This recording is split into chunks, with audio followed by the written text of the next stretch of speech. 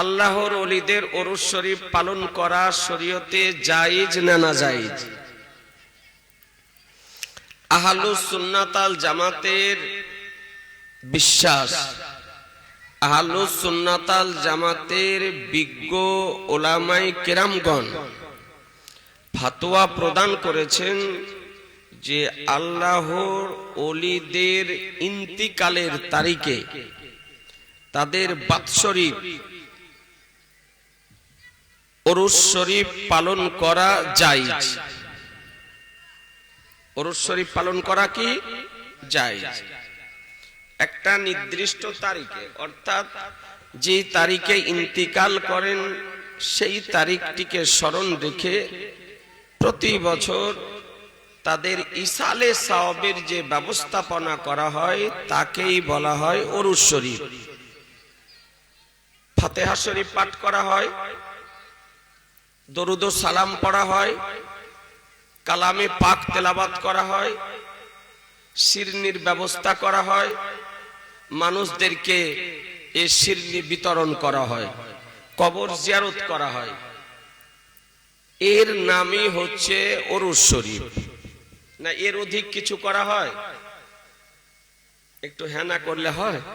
এর অধিক কিছু করেন কি না? এসছেন, হুজুরের মাজার শরীফ জিয়ারত করলেন। এখন কোরআন ও হাদিসের আলোকে একটু আলোচনা হবে, তারপরে ফাতিহা শরীফ হবে, তাওয়াল্লুদ শরীফ হবে, দরুদ ও সালাম হবে, কালামে পাক তেলাওয়াত করা হবে, তারপরে যে শিরনির ব্যবস্থা করা হয়েছে পরিশেষে পরিবেশন করা হবে। আর মহান আল্লাহর দরবারে হুজুরের ওসিলা দিয়ে, পীর ওলিয়া উলিয়াদের ওসিলা দিয়ে, নবীর ওসিলা দিয়ে আমরা আল্লাহর দরবারে দোয়া করব। এরই নাম হচ্ছে ওরস শরীফ পালন করা।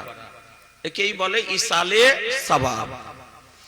তো আহলুস সুন্নাত আল জামাতের শীর্ষস্থানের বিজ্ঞ ওলামায়ে কেরামগণ এ বিষয়ে শরীয়তের দলিলের আলোকে ফতোয়া প্রদান করেছেন যে আল্লাহর ওলিদের ওরস শরীফ পালন করা জায়েজ।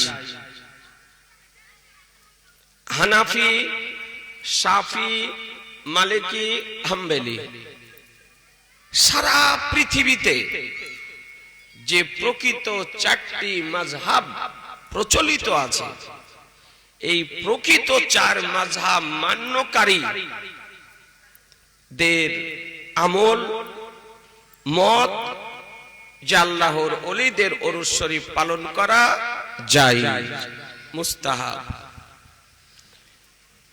এই চার মাযহাব থেকে বেরিয়ে গিয়ে যারা ইহুদি খ্রিস্টানদের ইঙ্গিত ইশারাতে সৌদি রিয়ালে পুষ্ট হয়ে বৈদেশিক অর্থের প্রলোভনে যারা আজকে চার মাযহাব থেকে বেরিয়ে গিয়ে নতুনত্ব নামে, নতুনত্ব দলে আত্মপ্রকাশ করেছে, তাদের মত হলো যে বাৎসরিক ওরস শরীফ পালন করা নাজায়েজ ও হারাম, বেদাত। ওদের নিকটে ওরস শরীফ পালন করা যাবে না, বেদাত, নাজায়েজ ও হারাম। পার্থক্যটা বোঝা গেল? জি। এদের মতে যেমন ওয়াহাবি,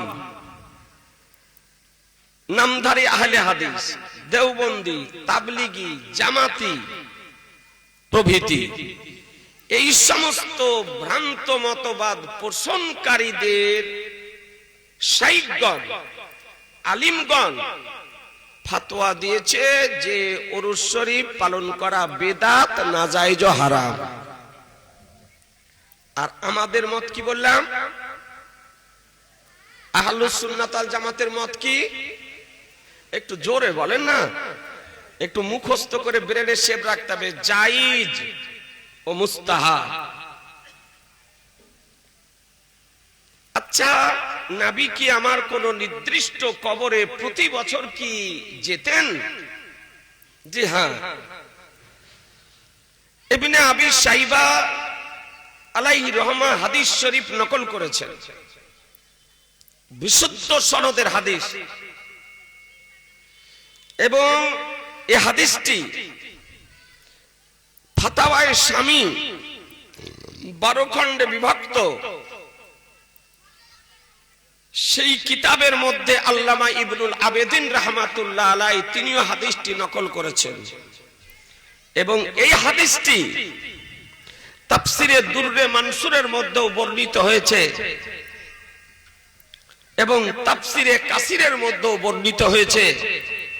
একাধিক মুফাসসিরিনে কেরামগণ হাদিসটিকে আনয়ন করেছেন। তিনি বর্ণনা করেন যে ইন্নাহু সাল্লাল্লাহু তাআলা আলাইহি ওয়াসাল্লাম ইয়াতি কুবুরাশ শুহাদায়ে উহুদিন আলা রাসি কুল্লি হাউলি, কামা রাসূলুল্লাহ সাল্লাল্লাহু তাআলা আলাইহি সাল্লাম প্রতি বছর উহুদের শুহাদায়ে কিরামদের কবরের নিকটে যেতেন। একটু জোরে বলেন না। প্রতি বছর আমার রাসূলুল্লাহ সাল্লাল্লাহু তাআলা আলাইহি সাল্লাম উহুদের ময়দানে যে সমস্ত সাহাবায়ে কেরামগণ শাহাদাত বরণ করেছিলেন তাদের কবরের নিকটে যেতেন। আলা কুবরি শুহাদাই উহুদ। এই রকমই 4 সাহাবায়ে কেরামগণ উহুদের শুহাদাগণের কবরের নিকটে যেতেন। তাহলে বোঝা গেল এই বিশুদ্ধ সনদের হাদিস শরীফ হতে যে একটি নির্দিষ্ট তারিখে প্রতি বছর কবরের নিকটে যাওয়া বেদাত নয়, নাজায়েজ নয়, হারাম নয়, বরং এটা আমার রাসূলুল্লাহর সুন্নাত, এটা সাহাবীদের সুন্নাত, আমার পয়গম্বরের সুন্নাত। নবী আমার প্রতি বছর উহুদের শহীদগণের কবরের নিকটে যেতেন।